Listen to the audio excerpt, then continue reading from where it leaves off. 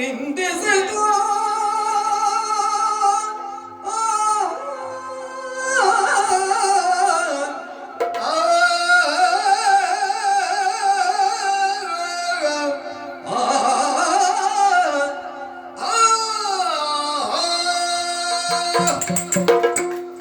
ಭರತ ವಂಶಕ್ಕೆ ಕುಮಾರಕರಿಲ್ಲ, ಭರತ ವಂಶವೇ ನಶಿಸಿ ಹೋಗುತ್ತದೆ ಎನ್ನುವಂತಹ ಒಂದು ಚಿಂತೆಯಲ್ಲಿ ಭರತ ಖಂಡವೇ ಮುಳುಗಿರುವಂತಹ ಕಾಲ. ವ್ಯಾಸ ಭಗವಾನರ ಆಗಮನವಾಯಿತಂತೆ ಅರಮನೆಗೆ. ಕರೆದು ಕಟ್ಟೇಕಾಂತದಲ್ಲಿ ನಮ್ಮ ತಂದೆಯವರಾದಂತಹ ಧೃತರಾಷ್ಟ್ರರನ್ನು ಕರೆದು, ನಿನ್ನರಸಿಗೆ ಅನುಭವ ಸುತರು 100 ಕುಮಾರಕರು ಹುಟ್ಟುತ್ತಾರೆ ಎಂಬಂತಹ ಆಶೀರ್ವಾದವನ್ನು ಮಾಡಿ ಮಂತ್ರಪಿಂಡವನ್ನು ಕೈಗೆ ಕೊಟ್ಟರಂತೆ.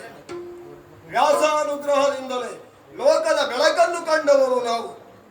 ಹಾಗಿದ್ದರೆ ಕೆಲವರು ಹೇಳುವವರಿದ್ದಾರೆ, ಹೊಟ್ಟೆಕಿಚ್ಚಿನಿಂದ ಗಾಂಧಾರಿ ಒಡಲನ್ನು ಬಡಿದುಕೊಂಡಾಗ ಚೂರು ಚೂರಾಗಿ ಬಿದ್ದಂತಹ ಪಿಂಡ ಅದು ಹೌದು ಅಂತಾದರೆ ಅನುಭವ ಸುತರು 100 ಏನರ್ಥ ಇದಕ್ಕೆ ಅಲ್ಲವಾ? ವ್ಯಾಸವಾಣಿ ಹುಸಿಯಾಗುವುದಕ್ಕುಂಟ. ಹಾಗಾಗಿ ವ್ಯಾಸಾನುಗ್ರಹದಿಂದಲೇ ಲೋಕದ ಬೆಳಕನ್ನು ಕಂಡು ಅಮ್ಮೆಗಾಲಿಕ್ಕುತ್ತ ಮನೆಯಂಗಳಕ್ಕೆ ಸಾಗಿದ ಕಾಲದಲ್ಲಿ ದಾಸಿಯರು ಅರಮನೆಯ ಮುದ್ದು ಮಗು ಎಂಬ ಭಾವದಿಂದ ನಮ್ಮನ್ನು ಎತ್ತಿಕೊಳ್ಳುವುದಕ್ಕೆ ಮುಂದಾಗಲಿಲ್ಲ. ಅರ್ಥವನ್ನು ಕಲ್ಪಿಸಿದ್ದೇ ಬೇರೆ. ಭಾವಿ ಚಕ್ರವರ್ತಿಗಳು, ನಮ್ಮ ಚಕ್ರವರ್ತಿಗಳು ಬರಬೇಕು, ಸ್ವಾಗತ, ಉಗೆ ಉಗೆ ಎಂದು ನಮ್ಮನ್ನು ಸ್ವಾಗತಿಸುವುದಕ್ಕೆ ಮುಂದಾದರು. 100 ಮಂದಿ ಪುತ್ರರಲ್ಲಿ ಹಿರಿಯನಾದಂತಹ ಸುಯೋಧನನಿಗೆ ಅತ್ಯುನ್ನತವಾದಂತಹ ಗೌರವ. ಅವರ ಭಾವ ಬೇರಾದ ಕಾರಣದಿಂದ ಚಕ್ರವರ್ತಿತ್ವದ ಪೀಠದ ಮೇಲೆ ನನ್ನ ಆಶಯ ಬೇರಾಗುವುದಕ್ಕೆ ಪ್ರಾರಂಭವಾಯಿತು. ಆದ ಕಾರಣದಿಂದಲೇ ಚಕ್ರವರ್ತಿಯ ಆಗಬೇಕು ಎನ್ನುವ ಉದ್ದೇಶದಿಂದ ಹೆಜ್ಜೆ ಹೆಜ್ಜೆಯನ್ನಿಡುತ್ತಾ ಸಿಂಹಾಸನವನ್ನೇರುವುದಕ್ಕೆ ಮುಂದಾದವನು. ಇದಕ್ಕೆ ಪೂರಕವಾಗಿ ಭೀಷ್ಮಾದಿ ಹಿರಿಯರು ನನ್ನನ್ನು ಹುರಿದುಂಬಿಸುತ್ತಾ ಹೋದರು. ಏನು ಮಾಡೋಣ, ಅಕಾಲಿಕವ ಎನ್ನುವ ಹಾಗೆ ಒಂದು ದುರ್ಘಟನೆ ನಡೆದು ಹೋಯಿತು. 15-16 ವರ್ಷದ ಪ್ರಾಯದಲ್ಲಿ ಯುವರಾಜಾಭಿಷೇಕ ಇನ್ನೇನು ಕೆಲವೇ ದಿನದಲ್ಲಿ ಆಗಿ ಹೋಗ್ತದೆ ಸುಯೋಧನಿಗೆ. ಆ ಕಾಲದಲ್ಲಿ ಬಂದರಲ್ಲ ಪಾಂಡವರು ಎನ್ನುವ ನಾಮವನ್ನು ಹೊತ್ತಂತಹ ಇವರು, ಅಲ್ಲಿಯೇ ಸಮಸ್ಯೆ ಪ್ರಾರಂಭವಾಯಿತು. ನಾವು ಕೇಳಿದ ಹಾಗೆ ಅಕಾರ್ಯವನ್ನು ಮಾಡಿ ಬೇಟೆಯನ್ನೇ ತನ್ನ ಜೀವನವಾಗಿರಿಸಿಕೊಂಡು ಕಾಡ ಕಿರಾತರ ರೀತಿಯಲ್ಲಿ, ಯಾಕೆ ಕಾಡ ಕಿರಾತರ ರೀತಿ? ಕ್ಷತ್ರಿಯ ಧರ್ಮ, ರಾಜನೀತಿ ಏನು? ಬೇಟೆಯಾಡುವುದು ತಪ್ಪಲ್ಲ. ಸಪ್ತ ವ್ಯಸನಗಳಲ್ಲಿ ಒಂದಾದ ಬೇಟೆಯನ್ನು ಮಿತವಾಗಿರಿಸಿಕೊಳ್ಳಬೇಕು ಅರಸನಾದವರು. ಆದರೆ ನಮ್ಮ ಚಿಕ್ಕಪ್ಪ ಪಾಂಡು ಹಾಗೆ ಮಾಡಲಿಲ್ಲ. ಬೇಟೆಯನ್ನೇ ನಿರಂತರವಾಗಿ ನಡೆಸಿದ. ಯಾವ ಮೃಗವನ್ನು ಕೊಲ್ಲಬೇಕು, ಯಾವುದನ್ನು ಕೊಲ್ಲಬಾರದು ಎನ್ನುವಂತಹ ವಿವೇಚನೆಯನ್ನು ಇಟ್ಟುಕೊಳ್ಳಲಿಲ್ಲ. ಯುಗ್ಮ ಮೃಗಗಳು ಸಮ್ಮಿಳಿತಗೊಂಡಂತಹ ಕಾಲದಲ್ಲಿ ನಾಶಿಸುವುದಕ್ಕೆ ಮುಂದಾದ. ಬಾಣ ಪ್ರಯೋಗಿಸಿದ. ಸಾವಿನಂಚಿನಲ್ಲಿರುವಂತಹ ಋಷಿಗಳು ಕಿಂದವರು ಕೋಪಾವಿಷ್ಟರಾದರು. ನೋಡಿಕೊಡುವಂತಹ ಶಾಪ ಎಷ್ಟು ಅರ್ಥಪೂರ್ಣ ಇಲ್ಲಿ. ಬದುಕಿನ ಆಶಯವನ್ನು ಹೊತ್ತಂತಹ ವ್ಯಕ್ತಿ ಏನು ಹೇಳ್ತಾನೆ ಎನ್ನುವುದು ಪ್ರಧಾನವಲ್ಲ. ಸಾವಿನಂಚಿನಲ್ಲಿರುವ ಕಾಲದಲ್ಲಿಯೂ ಒಬ್ಬ ತಪಸ್ಸನ್ನು ಮಾಡಿದಂತಹ ವ್ಯಕ್ತಿ ಶಾಪವನ್ನು ಕೊಟ್ಟರೆ ಮಾಡಿದ ತಪಸ್ಸು ನಿರ್ನಾಮವಾಗಿ ಹೋಗುತ್ತದೆ. ಆದರೆ ಮುಂದೆ ಸಾಧಿಸ್ತೇನೆ ಎನ್ನುವುದು ಬದುಕಿನ ಗುರಿಯಲ್ಲಿದ್ದವರಿಗೆ ಅವಕಾಶ ಉಂಟು. ಆದರೆ ಕಿಂದವರಿಗೆ ಮುಂದೆ ಶಾಪ ಕೊಟ್ಟ ನಂತರದಲ್ಲಿ ಪುನಃ ಚೈತನ್ಯ ರೂಪವಾದಂಥ ಶಕ್ತಿಯನ್ನು ಗಳಿಸ್ತೇನೆ ಎನ್ನುವಂಥ ವಿಶ್ವಾಸ ಇಲ್ಲ. ಆದರೂ ಶಪಿಸಿದರು. ಯಾಕೆ? ಕಿರಾತನ ಮನೋಭಾವವನ್ನು ಹೊಂದಿ ನನ್ನನ್ನು ವಧಿಸುವುದಕ್ಕೆ ಮುಂದಾದಂಥ ಇವನಿಗೆ ಯಾವ ಕಾಲದಲ್ಲಿ ಮೃಗವೊಂದು ತನ್ನ ಸಂತಾನೋತ್ಪತ್ತಿಯ ಕಾಲದಲ್ಲಿ ಮೃಗವನ್ನಾದರೂ ಹೊಡೆಯಬಾರದು. ಅಂತಹ ಯೋಚನೆಯೂ ಇಲ್ಲದೆ ಕಿರಾತ ರೀತಿಯಲ್ಲಿ ಹೊಡೆದನಲ್ಲ. ನನ್ನ ಸಂತಾನವೇ ಆಗದಿರುವ ಕಾಲದಲ್ಲಿ ಇವನಿಗೆ ಸಂತಾನವಾಗಬಾರದು. ಉದ್ದೇಶ ಏನು? ಪಾಂಡವಿನ ಸಂತಾನ ಮುಂದೆ ಹಸ್ತಿನಾವತಿಯಲ್ಲಿ ಕಾಣಬಾರದು, ಅಲ್ಲ ಲೋಕದಲ್ಲಿ ಆಗಬಾರದು ಎನ್ನುವಂತಹ ಉದ್ದೇಶದಿಂದಲೇ ಸತ್ಯ ಸಂಪರ್ಕವಾದಾಗ ಸತ್ತು ಹೋಗು. ತಪಸ್ವಿಗಳ ಶಾಪ ಬಂತು. ಶಾಪ ಬಂದು ರಾಜ ಲಾಂಛನವನ್ನು ತೆಗೆದಿಟ್ಟು ಒಲಕಲದಾರಿಯಾಗಿ ವನಪ್ರವೇಶವನ್ನು ಮಾಡಿದರಂತೆ. ನಾವು ಕೇಳಿದ್ದು ಅಲ್ಲಿಯವರೆಗೆ. ಆದರೆ ಅಲ್ಲಿ ಕರೆದುಕೊಂಡು ಬಂದವರು ಪಾಂಡುವಿನ ಪುತ್ರರು ಅಂತ ಇವರನ್ನು ಕರೆದುಕೊಂಡು ಬಂದರು. ಪಾಂಡುವಿನ ಪುತ್ರರು ಯಾಕೆ, ಹೇಗೆ, ಏನು ಸಮಸ್ಯೆ ಬಂತು? ಋಷಿಮುನಿಗಳ ಒಂದು ಉತ್ತರವನ್ನು ಕೊಟ್ಟರು. ನಿಯೋಗದ ಪ್ರಕಾರವಾಗಿ ಸದ್ಗತಿಗಾಗಿ ಪಾಂಡು ಮಕ್ಕಳನ್ನು ಪಡೆದಿದ್ದಾನೆ, ಯಾರು ಆಕ್ಷೇಪಿಸಲಿಲ್ಲ. ಹಾಗಿದ್ರೆ ಮಕ್ಕಳಿಗೆ 16 ವರ್ಷವಾಗಿದೆ. ಪಾಂಡು ಅಧಿಕಾರಕ್ಕಾಗಿ ರಾಜ್ಯವಾಳುವುದಕ್ಕೆ ಮಕ್ಕಳನ್ನು ಪಡೆದರೆ ಆ ಮೊದಲು ಯಾಕೆ ಕರೆದುಕೊಂಡು ಬರಲಿಲ್ಲ? ಮಕ್ಕಳಿಗೆ 16 ವರ್ಷವಾದಾಗ ಪಾಂಡುವಿನ ಮರಣ ಅಲ್ಲ. ಹಿರಿಯರಾದಂತಹ ಭೀಷ್ಮಾದಿಗಳು ಪಾಂಡುವಿನ ಸಂತಾನ ಶತಶೃಂಗ ಪರ್ವತದಲ್ಲಿ ಇದೆ ಎನ್ನುವುದನ್ನು ತಿಳಿದರೂ ಕರೆದುಕೊಂಡು ಬರಲಿಲ್ಲ. ಯಾಕೆ? ಸುಯೋಧನಾದಿಗಳೇ ರಾಜ್ಯಭಾರವನ್ನು ಮಾಡಬೇಕು, ಪಾಂಡು ಕುಮಾರರು ಇದಕ್ಕೆ ಅರ್ಹರಲ್ಲ ಎನ್ನುವ ಉದ್ದೇಶ ಅಲ್ಲದೆ ಮತ್ತೇನು. ಆದರೂ ಬಂದಂಥ ಪಾಂಡು ಕುಮಾರನ್ನು ಒಪ್ಪಿಕೊಂಡೆವು, ಎಲ್ಲರೂ ಒಪ್ಪಿಕೊಂಡದ್ದು. ನಾನು ಯೋಚನೆ ಮಾಡುವುದಕ್ಕೆ ಹೋಗುವುದಿಲ್ಲ. ಯಾಕೆ?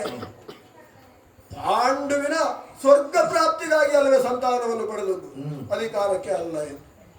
ಆದರೂ ದಿನದಿನೇ ಪ್ರಾರಂಭವಾಯಿತು ಬರದಾದಂತಹ ದುಷ್ಟ ಮನೋಭಾವ.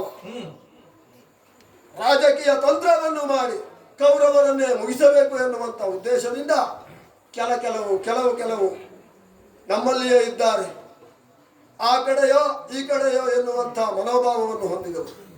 ಅವರನ್ನು ಆಶ್ರಯಿಸುವುದಕ್ಕೆ ಮುಂದಾದರು. ಆ ಕಾಲದಲ್ಲಿ ಹಸ್ತಿನಾವತಿಯಲ್ಲಿ ಕೇಳಿ ಬಂದಂತಹ ಬೇರೆ ಪಾಂಡವರಿರಲಿ ರಾಯರ 100 ಮಕ್ಕಳು ರಾಜ್ಯವಾಳಲಿ, ಇದು ನಮಗೆ ಪೂರಕವಾಗಿ ಸಿಕ್ಕಂತಹ ಒಂದು ವಿಷಯ ಇದು. ಆಗ ನಿರ್ಣಯಿಸಿದ್ದು ಪಾಂಡವರು ಬೇರೆ ಇರಬೇಕು. ಒಂದು ವೇಳೆ ಬೇರೆ ಇಲ್ಲ ಅಂತಾದ್ರೆ ಅವರ ಬೇರೆ ಲೋಕಕ್ಕೆ ಕಳಿಸಬೇಕು. ಆ ನೆಲೆಯಲ್ಲಿ ಕೈಗೊಂಡವನು ನಾನು. ಎಷ್ಟೋ ರೀತಿಯಲ್ಲಿ ಮುಗಿಸುವುದಕ್ಕೆ ನೋಡಿದರು, ಸಾಯಲಿಲ್ಲ ಅವರು. ಆ ನಂತರದಲ್ಲಿ ಜ್ಯೋತ ಅವರಿಗೆ ಅರ್ಧ ರಾಜ್ಯವನ್ನು ನಮ್ಮ ತಂದೆ ಕೊಟ್ಟರು, ಕೊಡಬಾರದಿತ್ತು. ಆದರೆ ಅಷ್ಟು ಪ್ರಬುದ್ಧನಲ್ಲ ನಾನು, ತಂದೆಯವರ ಮಾತನ್ನು ವಿರೋಧಿಸುವಷ್ಟು ಸುಮ್ಮನೆ ಉಳಿದೆ. ಆದರೂ ಸೆಳೆದುಕೊಳ್ಳಬೇಕು ಎನ್ನುವಂತಹ ಉದ್ದೇಶದ ದ್ಯೂತವನ್ನು ಆಡಿದೆ. ದ್ಯೂತದಲ್ಲಿ ಸರ್ವಸ್ವವನ್ನು ನಾವು ಪಡೆದದ್ದು. ವನವಾಸಕ್ಕೆ ಹೋದರು. ವನವಾಸ ಅಜ್ಞಾತವಾಸವನ್ನು ಮುಗಿಸಿದರಂತೆ. ಆ ಕಾಲದಲ್ಲಿ ಉತ್ತರೆಯ ಮದುವೆಯ ಕಾಲದಲ್ಲಿ ಒಂದು ವಿಶೇಷವಾದಂತಹ ಚರ್ಚೆಯ ಸಭೆಯಾಯಿತಂತೆ. ಧೂರ್ತನಾದಂತಹ ಕೌರವನಿಂದ ರಾಜ್ಯವನ್ನು ಹಿಂದೆ ಪಡೆದುಕೊಳ್ಳುವುದು ಹೇಗೆ? ಆಗ ನಮ್ಮ ಬಲರಾಮದೇವರು ಹೇಳಿದರಂತೆ, ಮತ್ತೊಮ್ಮೆ ಈ ಮಾತನ್ನು ಆಡಬೇಡಿ. ಸುಯೋಧನನ್ನು ಧೂರ್ತ ಎಂದು ಕರೆಯುವಂತಹ ಅರ್ಹತೆ ನಿಮಗೆ ಯಾರಿಗೂ ಇಲ್ಲ. ನಿಜವಾಗಿ ರತ್ನಪ್ರಾಯ ಅವನು, ತಪ್ಪು ನಿಮ್ಮಲ್ಲಿ ಉಂಟು. ಆದ್ದರಿಂದ ಮುಂದೆ ರಾಜ್ಯವನ್ನು ಪಡೆಯುವಂತಹ ಉದ್ದೇಶ ಇದೆ ಅಂತಾದರೆ ಎರಡು ಪಕ್ಷಕ್ಕೆ ಹೊಂದಿಕೊಳ್ಳುವಂತಹ ವ್ಯಕ್ತಿಯನ್ನು, ಯಾವುದೇ ವ್ಯಕ್ತಿಯನ್ನು ನಿಂದಿಸದಿರುವಂತಹ ವ್ಯಕ್ತಿಯನ್ನು, ಉತ್ತಮನಾದವನನ್ನು ಒಬ್ಬನನ್ನು ಕಳುಹಿ ನೋಡಿ. ಹಾಗೆ ಮಾಡಲೇ ಇಲ್ಲ ಇವರು. ಅದಕ್ಕೆ ಕಾರ್ಯಸ್ಥಾನವನ್ನು ಮಾಡಿದ. ಒಬ್ಬರನ್ನು ಕಳಿಸಿರು. ಬಲರಾಮದೇವರು ಹೇಳಿದ ಅರ್ಥ ಯಾವುದು? ಇಬ್ಬರಿಗೂ ಸಮಾನವಾದಂತಹ ವ್ಯಕ್ತಿ ಅಂದ್ರೆ ಬಲರಾಮದೇವರು. ಆದರೆ ತನ್ನನ್ನೇ ತಾನು ಉದ್ಘಾಟಿಸಿಕೊಳ್ಳುವುದಕ್ಕಾಗ್ತದೋ? ಆಗುವುದಿಲ್ಲ. ಇವರು ಕಳಿಸಿದ್ದು ಯಾರನ್ನ? ಪಾಂಚಾಲ ಪುರೋಹಿತರನ್ನ. ಯಾರವರು? ಗುರು ಪಾಂಚಾಲ ದ್ವೇಷ ಎನ್ನುವುದು ಇಂದು ನಿನ್ನೆಯದಲ್ಲ. ಅಂತಹ ದ್ವೇಷದ ಮನೆತನದ ಪುರೋಹಿತರಾದಂತಹ ಶತಾನಂದರನ್ನು ಕಳಿಸಿಕೊಡ್ತಾರೆ. ಹರಳೆಯಲಿದೆ. ಇಲ್ಲಿ ಅವರ ಹಿತವನ್ನು ಬಯಸುವಂತಹ ಶತಾನಂದರು ಖಂಡಿತವಾಗಿಯೂ ಈ ಕಾರ್ಯಕ್ಕೆ ಮುಂದಾಗುವುದಿಲ್ಲ, ಸಾಧ್ಯವಾಗುವುದಿಲ್ಲ ಎಂದು ಹೋಗಲು ಹೇಳಿ ಕಳಿಸಿದ್ದೇನೆ. ಸೋತ ಮೇಲೆ ಸಂಗ್ರಾಮದಲ್ಲಿ ಗೆದ್ದುಕೊಂಡು ಹೋಗಲಿ. ಆಯಿತು. ಸಂಜಯನನ್ನು ಕಳಿಸಿ ಆಯಿತು. ಕೃಷ್ಣ ಬರ್ತಾನೆ, ಒಡೆಯ ಲಕ್ಷ್ಮೀ ರಮಣ ಅಂತ ಹೇಳಿದರು. ಅದಕ್ಕೆಲ್ಲ ಮುಂದೆ ನೋಡಿಕೊಳ್ಳೋಣ, ವ್ಯಾಖ್ಯಾನ ಹೆಚ್ಚು ಬೇಡ, ಕೃಷ್ಣ ಉಂಟಲ್ಲ. ಹಾಗಾಗಿ ಹೇಳಿದ ಪ್ರಕಾರ ಬಂದನಂತೆ ಕೃಷ್ಣ. ಹೊರಟ. ಉಪಪ್ಲಾವ್ಯದಿಂದ ಹೊರಟು ಬಂದಂತಹ ಕೃಷ್ಣನಿಗೆ ಹಸ್ತಿನೇ ಸಭೆಗೆ ಬರುವುದಕ್ಕೆ ಎಷ್ಟು ದಿನ ಬೇಕು? ಅಗತ್ಯತೆ ಇಲ್ಲವಾಗಿತ್ತು. ಅಲ್ಲಿ ಮಧ್ಯ ಒಂದು ದಿನ ರಾತ್ರಿಯನ್ನು ಕಳೆದ ಸ್ಥಳದಲ್ಲಿ ಅಲ್ಲಿಂದ ಬರುವ ಮಾರ್ಗದ ಮಧ್ಯದಲ್ಲಿ ಹೊರವಟ್ಟಿಗೆಯ ವ್ಯವಸ್ಥೆಯನ್ನು ಮಾಡಿ ಬಿಡದಿಯನ್ನು ನಿಲ್ಲಿಸಿ ಸ್ವಾಗತಕ್ಕಾಗಿ ಜನರನ್ನು ಎಲ್ಲ ಸಿದ್ಧಪಡಿಸಿದರು. ಎಲ್ಲೂ ಪ್ರವೇಶ ಮಾಡಲಿಲ್ಲ. ಯಾರ ಮನೆಯನ್ನು ಸೇರದೆ ವಿದುರನ ಮನೆಗೆ ಹೋದರಂತೆ. ಅಲ್ಲಿಂದ ಹೇಳಿ ಕಳಿಸ್ತಾನೆ, ಸಾಯಂಕಾಲದ ಸಮಯದಲ್ಲಿ 2 ಮಾತು ಆಡುವುದಕ್ಕೆ ಅವಕಾಶ ಬೇಕಿತ್ತು. 2 ಮಾತು. ಯಾವ 2 ಮಾತು? ಹಾಗಿದ್ರೆ ಎಲ್ಲರ ಮನೆಯನ್ನು ಬಿಟ್ಟು ವಿದುರನ ಮನೆಗೆ ಹೋಗಿ 2 ಮಾತನ್ನು ಆಡುವುದಕ್ಕೆ ಬೇಕು ಎಂದು ನಮ್ಮ ಮಂತ್ರಿಯನ್ನೇ ಅವರ ದೂತನಾಗಿ ಬಳಸಿಕೊಂಡು ಇಲ್ಲಿಗೆ ಕಳಿಸಿಕೊಡ್ತಾನೆ. ನಾಳೆ ಇಂದೇನು ಕಚ್ಚ ನಾಳಿನಲ್ಲಿ ಅಂತ ಹೇಳಿದ್ದೇನೆ. ಅದೇ ನಾಳಿನ ದಿನ ಇಂದು ಉತ್ತರಿಸಿದಂತಹ ದಿನ ಇದು. ಉತ್ತರಿಸುವ ದಿನ ಇದು. ಯಾವ ಪ್ರಶ್ನೆ ಬರ್ತದೆ ಅಂತ ನೋಡಬೇಕು, ಯಾವ ಪ್ರಶ್ನೆ ಇಡಬೇಕು ಎನ್ನುವುದು ಆ ಕಾಲದಲ್ಲಿ ನಿರ್ಣಯಿಸಬೇಕು. ಆದ್ದರಿಂದ ಸಭೆಯ ಸಂಪೂರ್ಣವಾದಂತಹ ನಿರ್ಮಾಣಕ್ಕಾಗಿ ಈಗಾಗಲೇ ಹೇಳಿದ್ದೇನೆ ಹೇಗಾಗಬೇಕು. ಸಭೆ ಹಿರಿಯರಾದಂತಹ ಭೀಷ್ಮಾಚಾರ್ಯರು ವಿಶೇಷವಾದಂತಹ ಅಲಂಕೃತವನ್ನು ಕೊಂಡು ಅಂತ ಆಸನದಲ್ಲಿ ಕುಳಿತುಕೊಳ್ಳಬೇಕು. ನಮ್ಮ ತಂದೆಯವರು ಧೃತರಾಷ್ಟ್ರ ಕುಳಿತುಕೊಳ್ಬೇಕು. ಹಾಗೆ ನಮ್ಮ ಸಹೋದರರು ಪ್ರತಿನಿತ್ಯ ಸಭೆಗೆ ಬರಬೇಕು ಬೇಡವೋ ಅದು ಮುಖ್ಯ. ಇಂದು ಸಭೆಗೆ ಬರಲೇಬೇಕು. ಅಷ್ಟು ಸಾಕು, ಸಾಲದು. ಹಿಂದೂ ನಡೆಯದಂತಹ ಸಭೆ ಮುಂದೆ ನಡೆಯಲು ಅಸಾಧ್ಯವಾದಂತಹ ಸಭೆ ಇದಾಗಬೇಕು ಅಂತಾದರೆ ತಾನು ಲಕ್ಷ್ಮೀಪತಿ ಎಂದು ನಾನು ಹೇಳುವುದಲ್ಲ. ಇದು ಕೆಲವರು ಹೊಗಳುವವರು ಇದ್ದಾರೆ, ಭಾವುಕರು. ಲಕ್ಷ್ಮೀಪತಿ ಸಂಪತ್ತಿನ ಒಡೆಯ, ಅವನ ದ್ವಾರಕೆ ಸಂಪತ್ತೇನು ಹಸ್ತಿನಾವತಿಯ ಸಂಪತ್ತೇನು ಎನ್ನುವುದು ಅವನಿಗೆ ಅರ್ಥ ಆಗಬೇಕು. ಆ ಭಾವುಕರ ಹೊಗಳಿಕೆ ನೋಡಿ. ತುಂಬಿತಾಪುರವೆಲ್ಲ ಯಾವ ಪುರ ಅದು? ಇದನ್ನು ಪುರ ಬೇರೆ ಉಂಟು. ಅದು ನಮ್ಮ ಅರಮನೆಯಿಂದ ಎಷ್ಟು ದೂರ ಇದ್ದಾವ ಅಲ್ಲ. ಹಾಲಿನ ಹೊಳೆ ಹರಿದ್ರೆ ನಮ್ಮ ಸಭೆಗೆ ಬರದೆ ಹೋಯ್ತಿತ್ತು. ಈ ಸಭೆಯಲ್ಲಿ ಇರುವ ಯಾರ ಮನೆಗಾದ್ರೂ ಹಾಲು ಬಂದಿತ್ತು ಕೇಳಿ? ಎಲ್ಲೂ ಹಾಲು ಬರಲಿಲ್ಲ. ಅಂದ್ರೆ ಏನಿದು?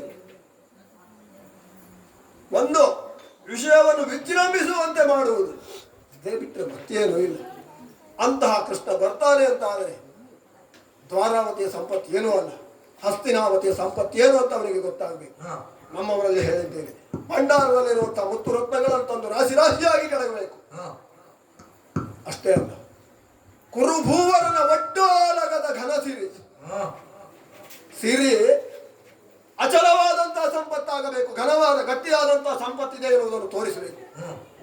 ಅದಕ್ಕಾಗಿ ವಜ್ರ ವೈಡೂರ್ಯಾದಿಗಳನ್ನು ತರಬೇಕು, ಎಲ್ಲವನ್ನು ನೋಡಬೇಕು. ಹಾಗೆ ವಿಶೇಷವಾದಂತಹ ಅಲಂಕಾರ ಮುಂಭಾಗದಲ್ಲಿ ಆ ಕಡೆ ಈ ಕಡೆ ಒಂದು ವಿಶೇಷವಾದ ಭಾವಚಿತ್ರವನ್ನು ಅಳವಡಿಸಿ. ಒಂದು ಕಡೆ ಕೃಷ್ಣ ಗೋಪಿಕಾಂಗನೆಯರ ಅರಬತ್ತಲೆಯ ವ್ಯವಹಾರವನ್ನು ನೋಡಿ ನಗುತ್ತಿರುವ, ಇನ್ನೊಂದು ಕಡೆಗೆ ದುಶ್ಯಾಸನ ಪಾಂಚಾಲೆಯ ಸೀರೆ ಸೆಳೆಯುತ್ತಿರುವಂತಹ ದೃಶ್ಯ ಒಂದು ಕಡೆ. ವ್ಯಾಖ್ಯಾನವು ಮಾಡಿಕೊಳ್ಳಿ, ನೋಡೋಣ ಆಮೇಲೆ.